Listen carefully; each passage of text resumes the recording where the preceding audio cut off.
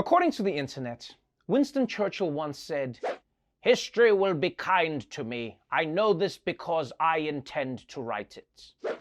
Now, I'm not sure that he should have been so confident about how history would work, because it turns out that he never actually said that. But he did say something very similar to it, which makes it more accurate than most quotes on the internet. And to be honest, I guess there's just something very powerful about having a person having some italicized text next to their face. But the point about history being written by the winners is true. I mean, just look at the American Revolution. America won that war.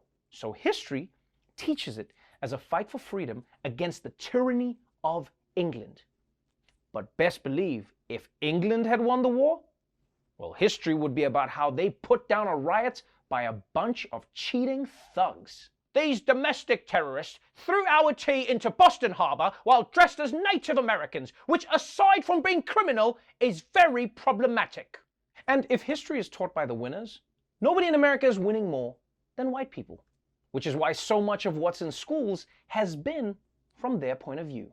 African-American history is not taught adequately. What we learn essentially is a whitewashed history. Studies have found less than 10% of class time is devoted to Black history. Only 8% of seniors can identify slavery as a central cause of the Civil War. There is no national standard for what history is taught. Each state sets standards which outlines what students are expected to learn. 7 states do not directly mention slavery, and 8 do not mention the civil rights movement. Only 2 states mention white supremacy. The kids learned that slavery was bad, but we ended it. Some stuff happened, but Martin Luther King and Rosa Parks kind of fixed that. And now look, Barack Obama, we had a Black president. Racism is over. We're done. Yeah, it's pretty crazy that most students in America are only taught about a handful of important Black Americans. Because can you imagine if it were the other way around? Welcome everybody to White History 101. We start off with Thomas Jefferson, where it all began. And then, well, nothing really happened until Tom Hanks. Class dismissed. But yeah, basically, America treats history the way most people treat their browser history. Just delete all the embarrassing stuff and hope no one notices. But the good news is that as society changes, they re-examine their pasts and ask themselves, should we keep telling ourselves what we wish happened, or should we understand what actually happened? And that's what's happening in American schools right now.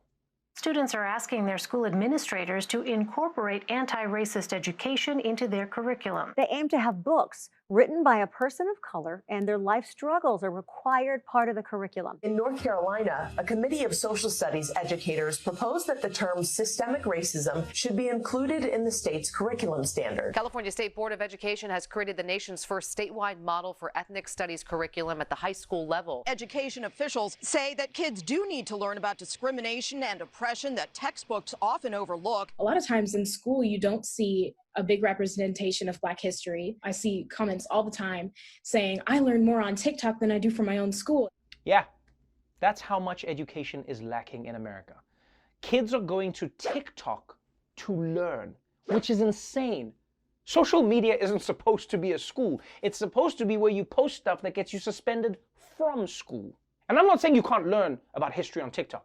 Please don't get me wrong. I'm just saying you gotta be careful not to mix up history with everything else happening on TikTok. Wait, so Harriet Tubman started the Underground Railroad and the weight loss dance? Pretty dope. Now, look, re-examining your history is not easy to do, especially if it requires some self-criticism.